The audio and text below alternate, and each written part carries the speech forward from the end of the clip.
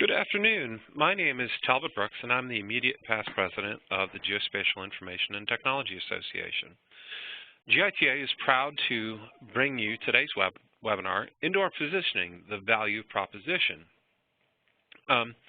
We've been able to assemble a real talented panel to talk to you about employee safety, site security, business analytics, relationship management, regulatory compliance, and improved efficiency, because these are all important areas of investment for most utilities.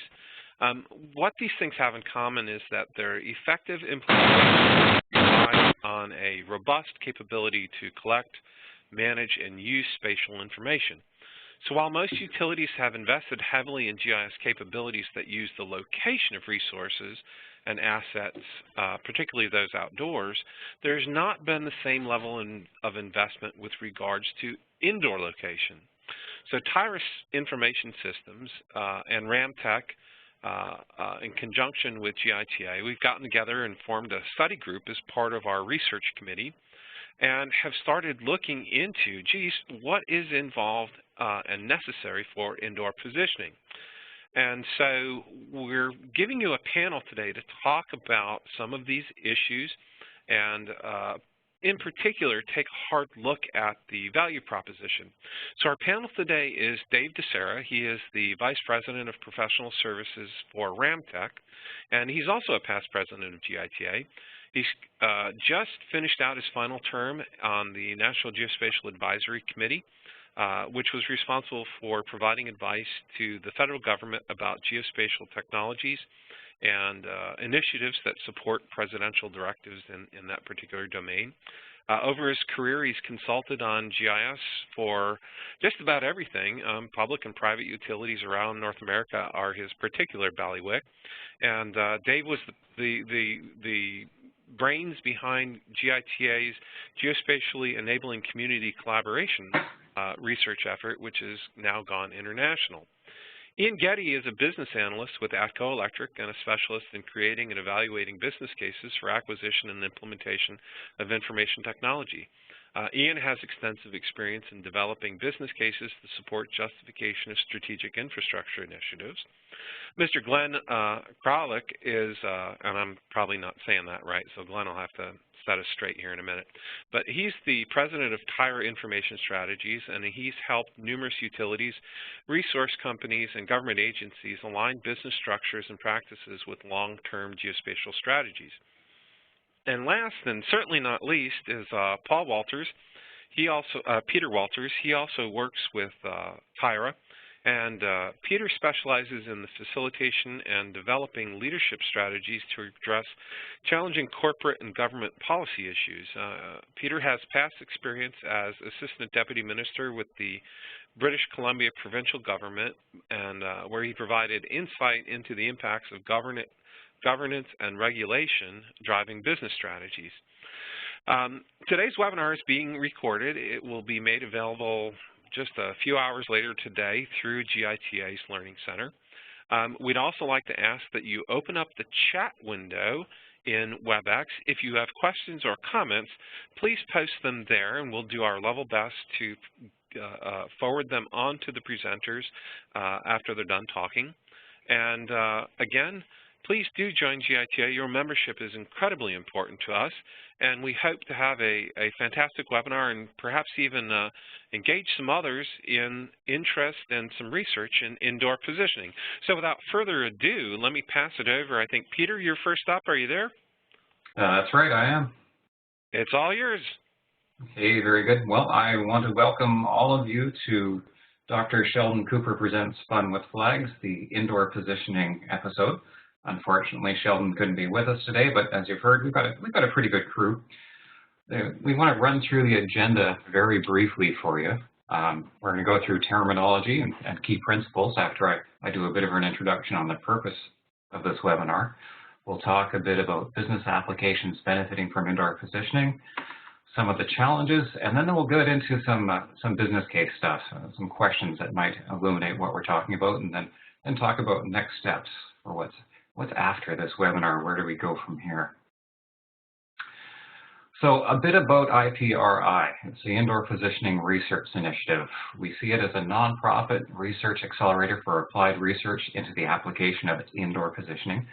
We want to provide subscribers with the strategic knowledge required for effective planning and implementation of indoor positioning infrastructure. A part of that will be a literature review, a technology roadmap, an understanding of business requirements, analysis of infrastructure investment, some application business cases, and and actually conducting regulatory and legal research through our associates, and finally input into standards and integration. Now the purpose of the webinar, this is not a technical review of indoor positioning at all. This is a strategic view from the business level perspective. We're going to be following this up with each of you, if we may, inviting you to take part in a survey to have a better understanding of how indoor positioning may or may not fit into your world, into your business, into your application. This is about developing an enterprise-level business case and bringing a better understanding of the risks and challenges. We expect that there will be a follow-up webinar to this once the survey is completed, and we can then share with you what we've learned and where we think we'll be going next from there. Glenn, I would wonder if you could please walk us through a bit of the terminology that we have here. Okay, I certainly can. I guess the reason that we want to do this webinar first, among others, is that we always get the question, what is it? And then more bluntly, people say, why should I care, or why should I care now? And so we really want to address those sorts of things at this point in time. And the quick answer to that is that the indoor positioning now is important because it's going to have big impacts on productivity going forward. There's a convergence of a whole bunch of different trends that are coming together all at once that are going to make indoor positioning much more important than it has been in the past. We've been able to get away without it in the past, but that's not going to be the future, or the case in the future. And finally, if we don't start thinking about it now, it's going to put us way behind the curve when all this stuff comes together, and there'll be a bunch of scrambling to try and get it into place. We looked really carefully when we were setting up the IPRI what to actually call this. So do we call it indoor tracking, indoor GIS? If you look out on the Google AdWords, they have a number of different things that it gets called. We decided to call it indoor positioning because indoor positioning tends to cover more than just the technology. It takes it more into the actual business utilization of how that gets used and why that gets used. So that's why we've referred to it as indoor positioning. But when we say indoor positioning, we're really talking about all of these different areas, all from the technology, from the tracking. Some people even call it indoor GPS, although that's a little it doesn't really have much to do with GPS. So, but all those things are included in what we call indoor positioning. Okay, Peter? Okay. So just to get us all on the same page, thought it'd be worthwhile to go through a little bit of terminology and some key principles. I'll try and keep this part short since we really are trying to focus on the business side of things. I think the first thing when you look at indoor positioning, it's really critical from the fact that there's actually three pieces to it. And most people, when they think of indoor positioning, if they think of it at all, think of it just around the location piece, going out and getting an indoor location somewhere. But in order for indoor positioning to be useful in the business environment, there's really three critical components. The first is the indoor maps. There has to be a way to map the space that you're tying locations to and to be able to relate that location to something. For GIS people, it's a lot like building up the right reference structures so that you can properly refer to those indoor locations. And there is a whole discussion around when you're building locations, are you making them relative to a local space, relative to the world? What do you make those locations relative to?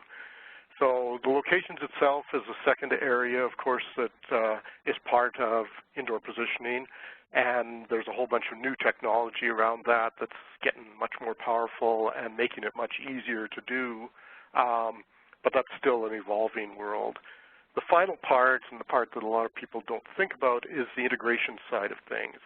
And what that really means is it's just like GIS, the value of location is only as useful as the information that it can bring to the table around that location.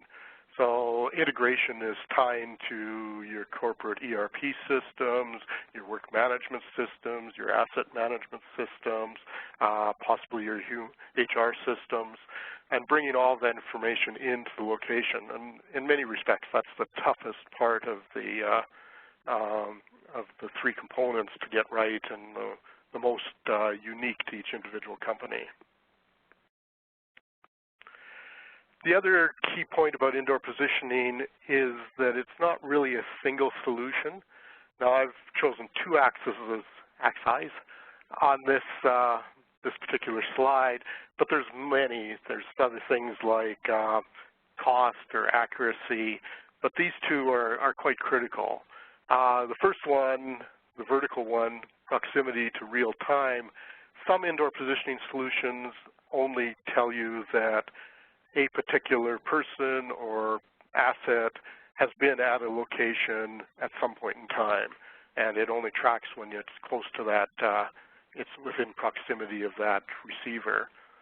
The other opposite side to that, of course, is the real-time location information, where at any point in time you can get a real-time location of any person or asset. Obviously, the real-time location is much more complex and more expensive, and so there's a continuity between the two as to when you use each one, and they don't, along with the real-time, you can, most of the proximity stuff, if you go in for proximity, you can't really move to real-time. On the other axis, the indoor positioning, user is business-centric. That's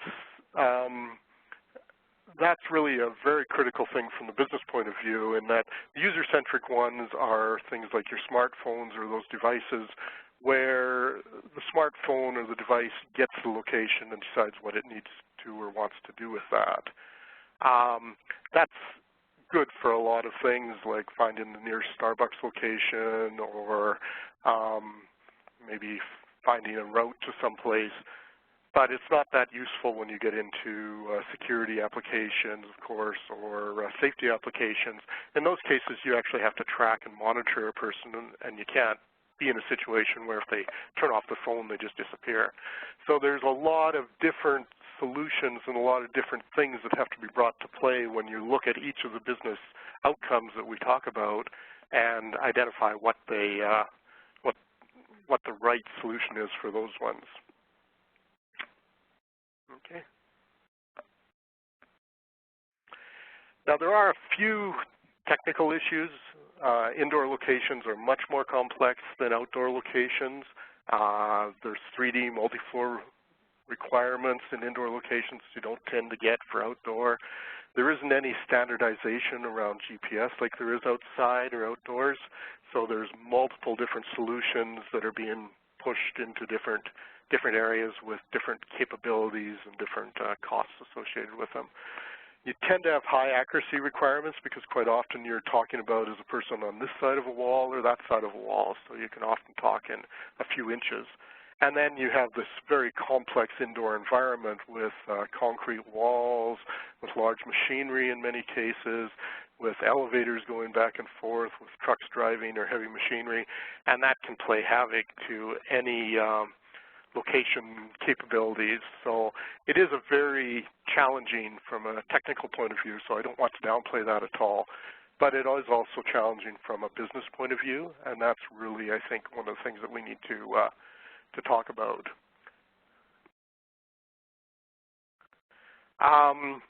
When you look at some of the examples of where this has been used and why people should worry about it, these are two that are more mature, so there's some information about them. They give you an indication, but we'll talk a little more about some of the other areas. But they are significant. And you look at asset tracking, in hospitals they've shown that they can save up to about $4,000 per bed per year by doing proper asset tracking. And that saving is around not savings, but also savings on not having to have as much equipment. They don't need as many if you know where all of them are. So the time spent looking for stuff goes down. Similarly, automated mustering on oil platforms. In the old days when that was done manually, it could take 2 to 3 hours to get everybody through, get them checked in, and find who hadn't checked in. Now with the automated mustering, they can do all of that within about 20 minutes, and it's a very simple indoor positioning application. The interesting thing there is in many cases, of course, they're preparing for an emergency, so there may be a saving when the emergency happens, but the real saving comes when they have to run these mustered exercises every month or every few weeks, and they're saving downtime of 2 to 3 hours from 150 people on a platform at a time. So there are some real examples out there. Now, the other reason that I think it's important that people really start to take this seriously at this point in time is this slide. We're at a bit of an inflection point with indoor positioning, both from, as I say, from the technology and from all of the different convergent pieces that are coming together. Back in 2012, indoor positioning, and we're just talking about the selling of the technology, not any of the spin-off benefits. Indoor positioning was about a $293 million market. The prediction is that by 2022, it's going to be a $4 billion market. And today, it's about a $500 million market, so we're pretty much on that line. If you look at where indoor positioning is today, we're at a point of evolving technology, and we've got a number of point solutions that are coming out. As you start to move faster up that curve, there's going to be a whole pile more things come along, and that's going to be driving the demands within the organization.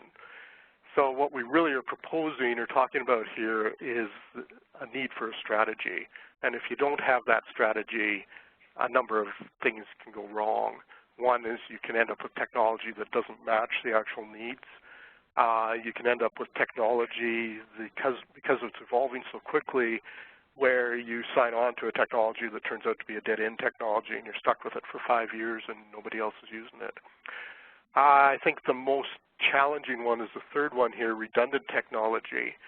With all of these different indoor positioning requirements or outcomes that are out there from a business point of view, when you get into a situation where all of these get addressed individually by different individuals and different facilities and different business areas, you can suddenly run into the situation where you could have 4, 5, 6, 7 or more equivalent technologies for indoor positioning that are incompatible and that have to be somehow brought together sometime down the road. So there's a real need for a strategy in that side of things. And then finally, as we're going to talk about a little bit here, there's really the potential for missed opportunities if you don't go for it. With that, I think I'll turn it over to Dave and let you listen to him for a while. Thanks, Glenn.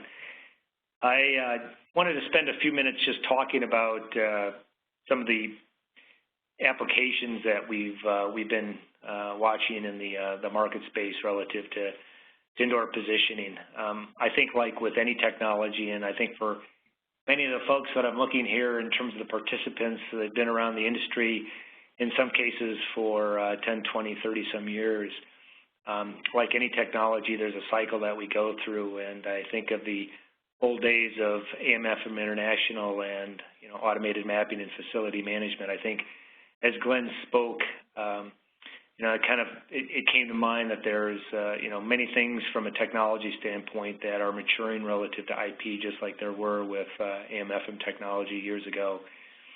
And I think that's just the natural course of what happens from an emerging technology like this. But as we're looking today, I think there's many lessons learned because we've gone through several cycles or generations of technology. So I see, as Glenn noted in that curve, the increase in use of this technology is going to increase significantly.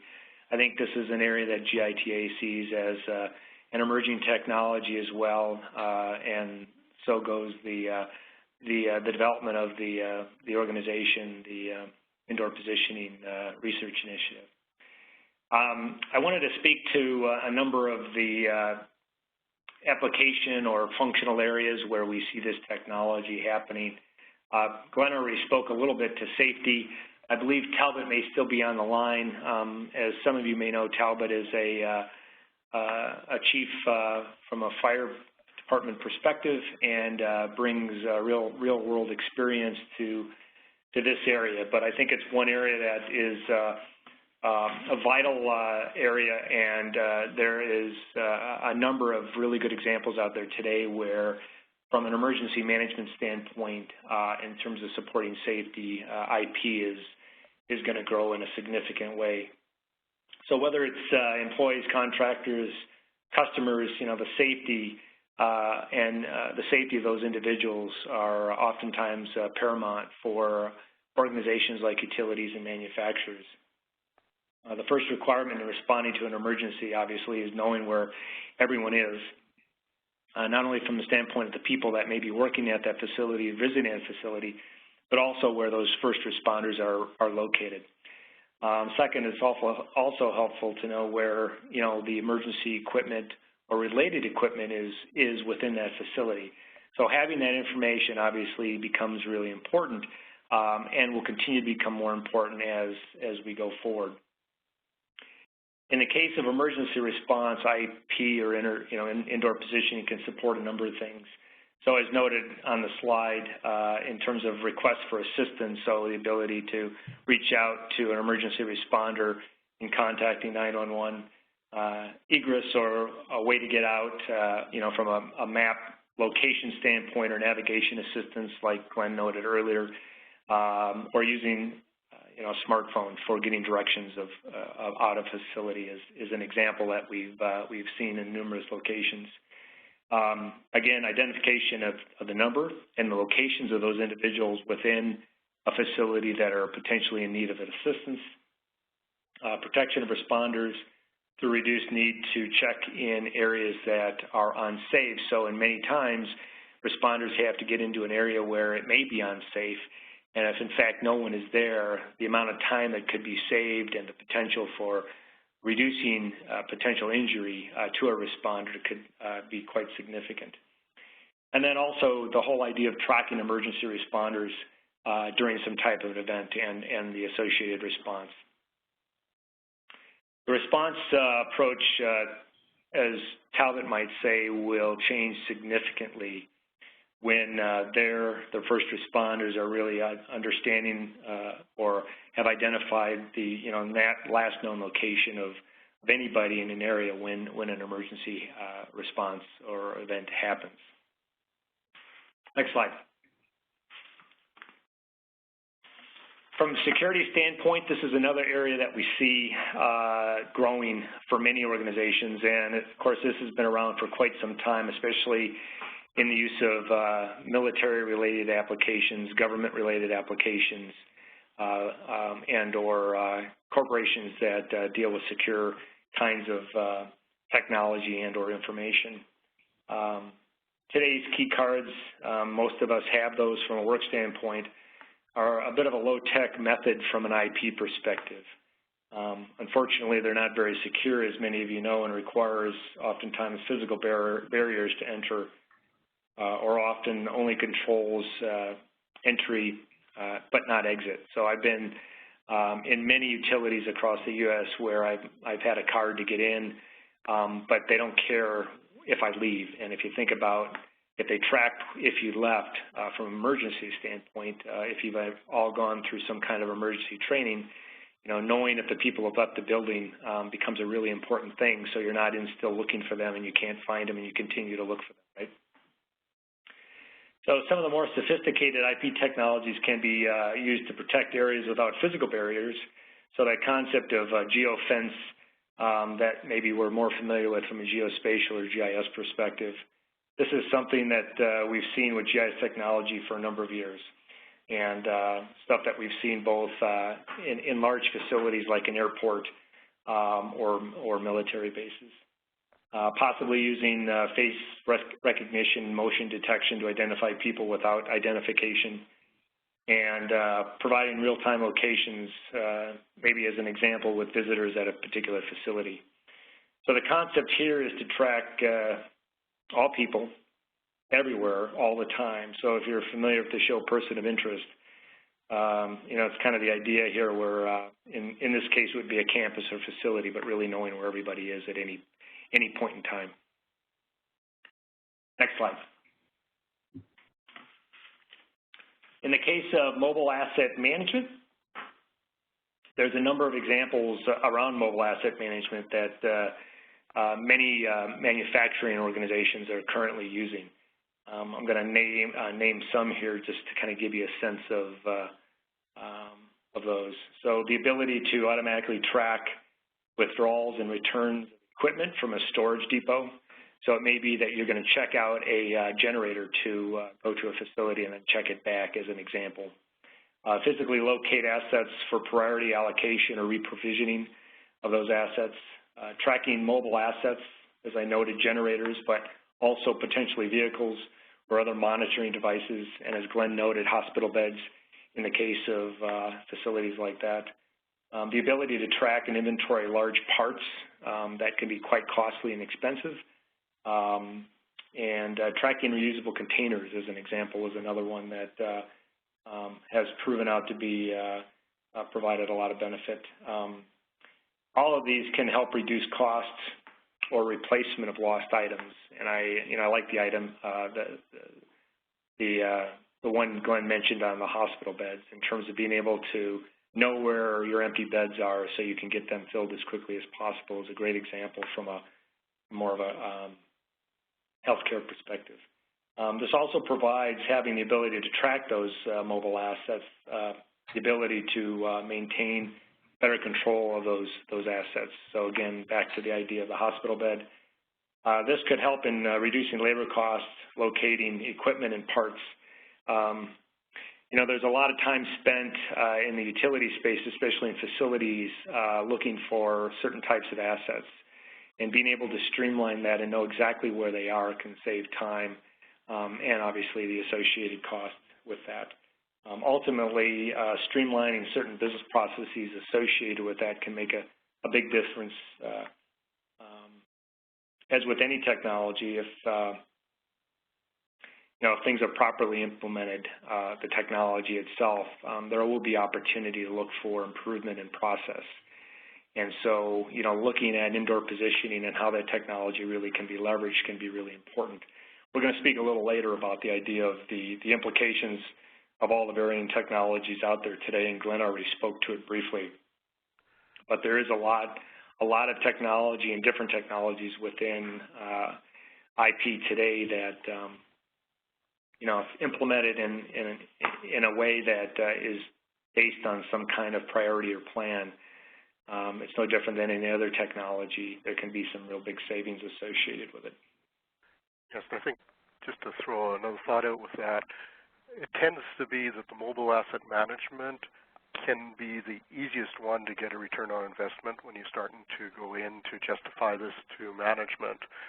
The challenge is that the mobile asset management doesn't have to use as high a level of technology as you would have to use in, say, a safety or security application. So you suddenly find that you're able to get a return on investment, but something that won't solve all of your problems. So it becomes important to know how important those other areas around safety and security are in this whole indoor positioning before you go off and solve the mobile asset management issue.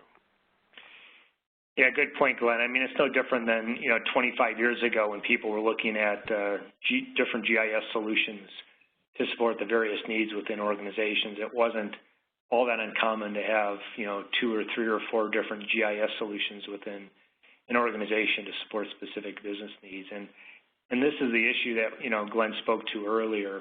And it's a challenge, I guess, for any technology, but one to keep in mind. So back to the whole idea doing some planning and trying to understand that broader use. In the area of maintenance and operation, next slide, Peter, thank you. As we all know, maintenance and operation are core functions within the utility or manufacturing sector or other sectors for that matter. Knowing that the location, as we talked about from a mobile standpoint a moment ago, but the location of the people, the equipment, the tools, the parts, can have a significant way or impact in terms of streamlining process and making improvement relative to doing work there, not to mention worker safety. One example that I'm familiar with, a project recently that I was involved with related to plant operations and the ability to use the combination of use of technology, both RFID and mobile technology. As a worker walks up to a piece of equipment, the computer automatically knows what that equipment is and has the ability then to access certain operating parameters of that piece of asset through some of this indoor positioning related technology, and also had the ability to then generate a work order if there needs to be some work done or repair done on that piece of equipment. So in this case, it's a pretty basic link between that piece of equipment and that notebook device, but the back end was quite sophisticated because there was a direct link wirelessly to the work management system to allow the worker to generate that work order in real time to support some type of operational or maintenance repair on that particular piece of equipment. Next slide. In the area of compliance, both if you think about regulatory or other compliance-related areas, there's a lot of things that can be done to support compliance as well.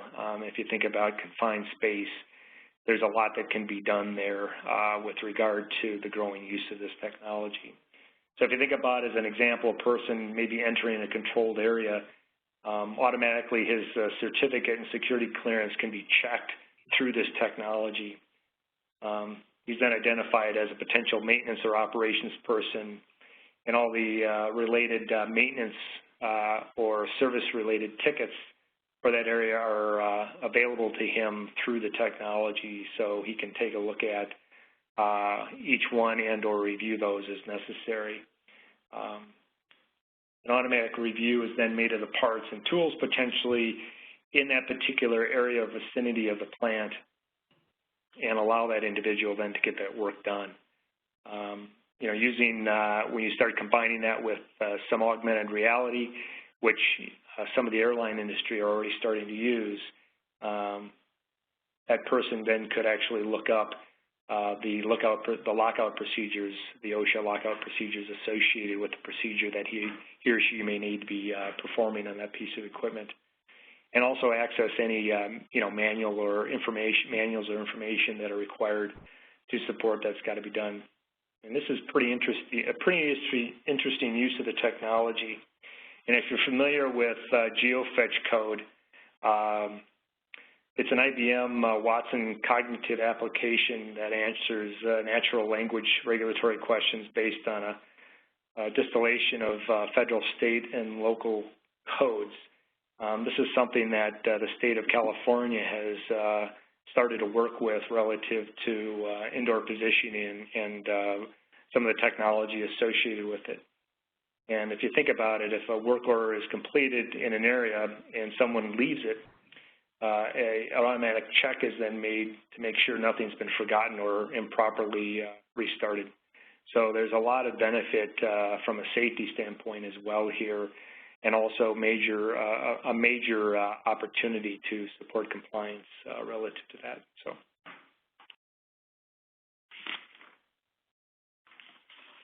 I think with that, next slide, please. Yep. You're there.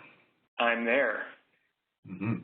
Around business applications, some of the stuff that we've obviously seen before relative to routing and scheduling,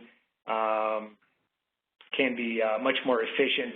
The challenge, though, we get to is if you move in and out of a facility, or if you're in a campus that has multiple facilities, there are a number of challenges there. But the whole idea of being able to route and schedule, the whole idea of location awareness, as we've already talked about, of where you're at, where your services are located, can be a big thing. As Glenn mentioned, the ability to find the closest Starbucks obviously is one of those location-aware applications that I think we've probably all used, especially with the advent of some of the advances on our smartphones.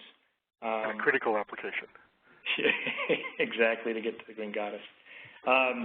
As far as location analysis, using this information on location and movement of people and assets to analyze and improve certain business processes is an area that continues to be a big one and will for many years to come as it relates to maybe safety and equipment safety and that type of thing.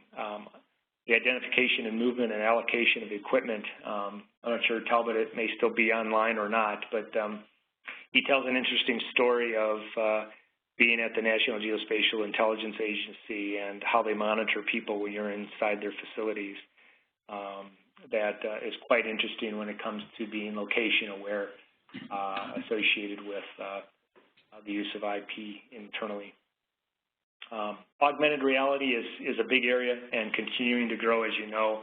For those of you that may be familiar with the Microsoft HoloLens project, it's a pretty significant investment on Microsoft's part relative to using augmented reality to support and simulate things that may be within a space that you're working in, and that being augmented with a hologram associated with it. So there's some pretty interesting stuff there to support things like training, as an example, that can really be used in a big way.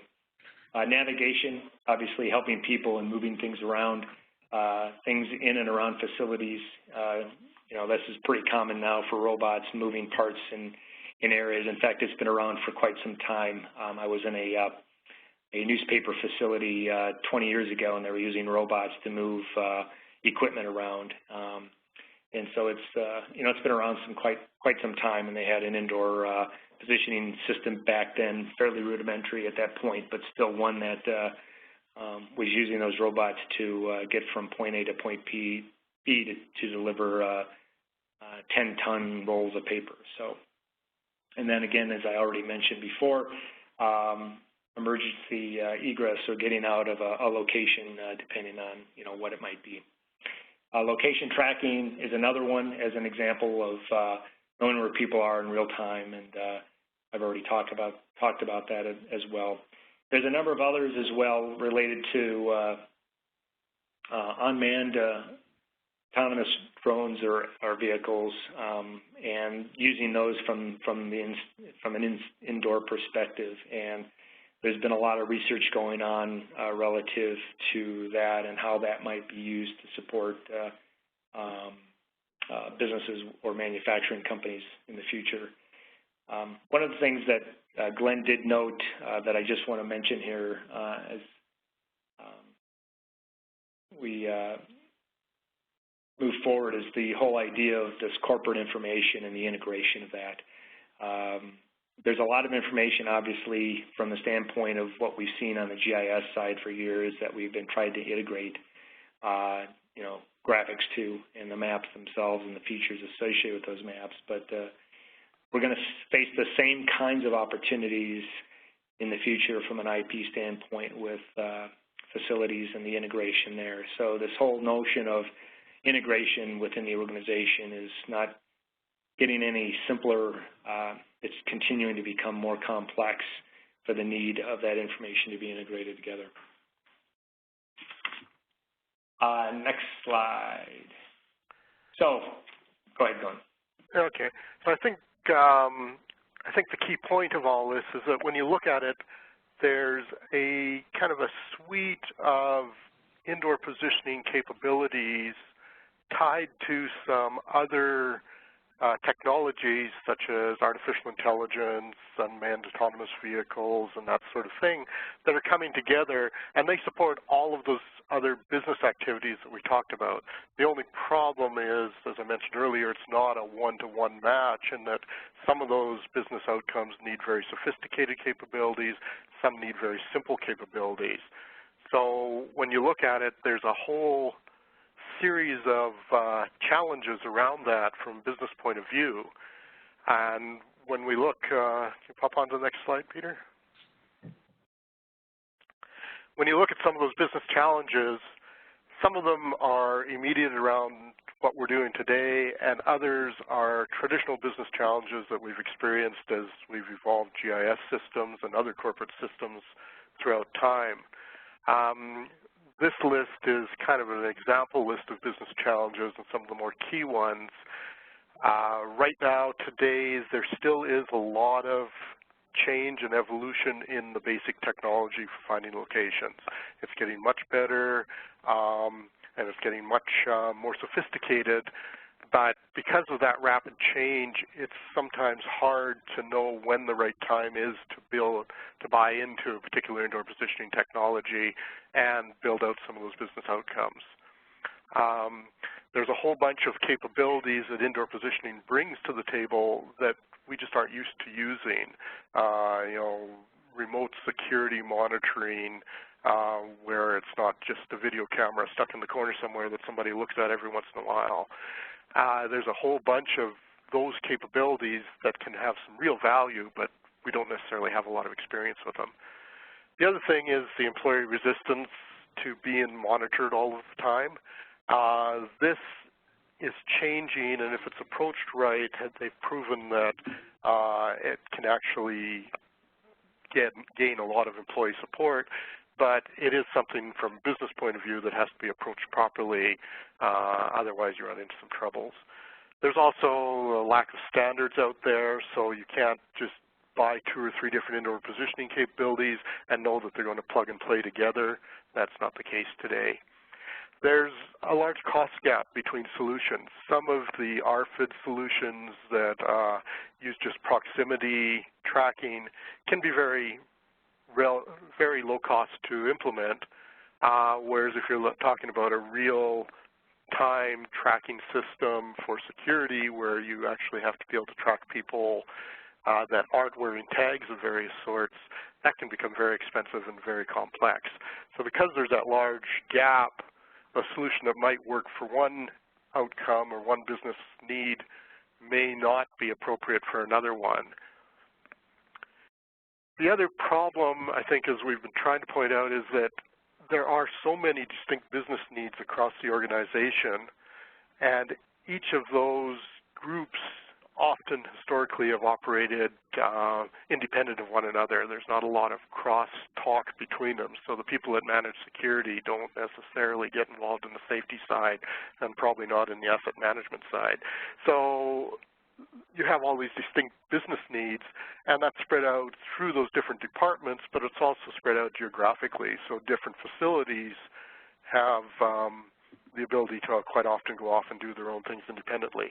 So again, the challenge there is that you may end up with numerous solutions that don't talk to each other and that get in the way of each other when you try to bring all of this information together and try and build solutions.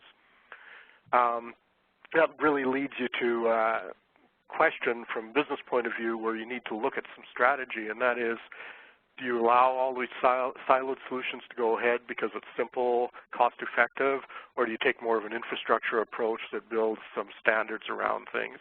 Do you let each of the business departments handle their own thing, or do you take a more corporate IT perspective and try and, again, build an infrastructure that can support a large number of needs? Now, the other side to the business challenges is that there's a whole number of opportunities out there. Let's pop on to the next slide, Peter. There's some really powerful things that indoor positioning can really move forward. One, the zero-incident workplace, the idea of having safety in place, not only when an event happens, but also, as we saw from the regulatory compliance point of view, where safety can be checked before things happen. You can get much closer to a zero-incident workplace using indoor positioning. If you understand and do proper asset management, we've talked about this quite a bit, but the payback can be 1 to 2 years for those sorts of systems. You can get much better security, and it can actually be less invasive to employees and other people on site than what we do today. You can get better collaboration. You can improve your decision support. A lot of your logistics can be improved.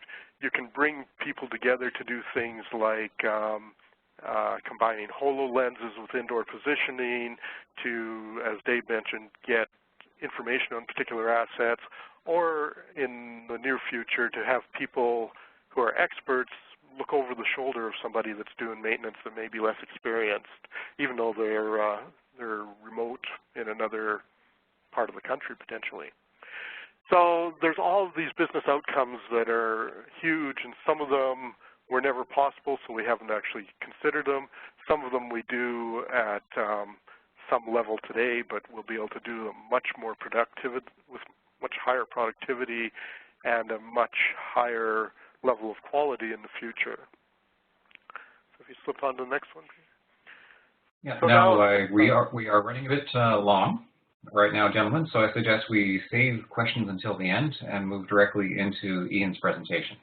Okay. Hi there, thank you. Hello, Ian. All right, so one of the things is, you already have this complex environment, and, from a business case perspective, you're competing for dollars with all these other systems in one sense, but in another sense, you're also, these existing systems are probably something that you can leverage to, go forward and justify the need for indoor positioning.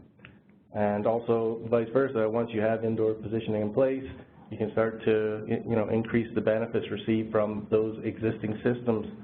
So you have this connection of all the systems, and you need to be able to demonstrate that, that linkage from the core system in the back end through to, what the business is interested in, which are those, those outcomes at the bottom of the chart there. That's, essentially what the business cares about. The stuff behind the curtain, they're not as interested in. If we could go to the next slide, please. So right off the bat, you've got to be able to determine, what are the priority of those business needs that require the support of indoor positioning. And to be honest, working in an environment where people need to justify, and defend their spend on technology, one of the things you have to do is get your research done early, well in advance of, when you're actually going to need it. Because what tends to happen is if you don't do that, you get to the point where you have that need and you go for the money and it's just not there, and you can't defend it because you don't have enough background information. So get your research done early. Even if it's several years out, get it on your business plan and your technology roadmap so that it's not a surprise. Even if it's 3, 4, 5 years down the road, have that sort of as a placeholder going forward.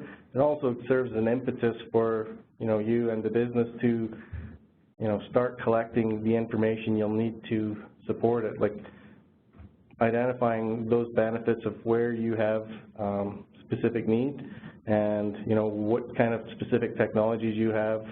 You'll have to acquire to, achieve the outcome in order to satisfy that business need. In terms of business drivers and outcomes that support investment, obviously, you're going to have to be able to demonstrate that you're increasing security or decreasing the number of safety incidents or, increasing productivity. All those sorts of things. Again, you need to be able to identify those and have very sort of concrete measurement from a business case perspective. I'm just speaking from experience there. A lot of times you'll get someone who doesn't really understand and that they control the purse strings, and if you have a very concrete example of how this benefits us from a, the company from a financial perspective, or a risk avoidance perspective. In some cases it might be a regulatory requirement. Even if it's a regulatory requirement, you still need to be able to defend having to acquire that technology. So, in terms of your best approach to creating positive business cases, get your research done early. Start collecting the information you'll need to support a business case, even if it's, a couple of years or several years down the road. Thank you. Thanks very much. Well, I appreciate that, Ian. Thank you for giving us that industry insight. So we're going to be moving on to next steps now and moving into a wrap-up here. Clearly, the IPRI, the Indoor Positioning Research Initiative, wants to quantify the benefits, costs, and impacts of indoor positioning. And we'll develop a strategy that's built around industry research, that's pragmatic and collaborative. We want to build a governance framework and guidelines for indoor positioning as it moves forward, finally developing a tactical approach to all this and a roadmap for where we go down the line. So let's just take a moment, unless Glenn, Dave, or Ian wants to add anything, and see if we have any questions. Yeah, the one thing I would suggest to everybody is, if you get the chance, go off to the EPRI website and look at the mandate and see if it's something that you would like to be participating in. The idea is to bring a bunch of end users together to solve some of these problems from an industry perspective. We can't solve the individual company problems, but to provide the information from an industry perspective, that means that each organization doesn't have to go and reinvent it themselves. So a low cost up front can pay back many times to a whole number of organizations. The website to go to, if you want to write it down, is www.ipri-center, CENTER.org. So feel free to go out there. It's got the mandate. It's got a bunch of information out there. It'll have this webinar out there.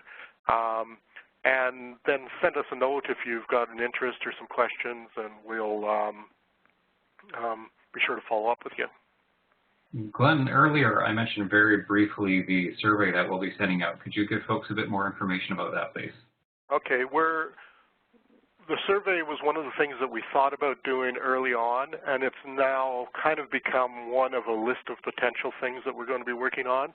So what we're really looking at now is getting some end-user ideas as to which of all of those things that were mentioned in probably the first slide of the presentation, which of those things are most important to approach first.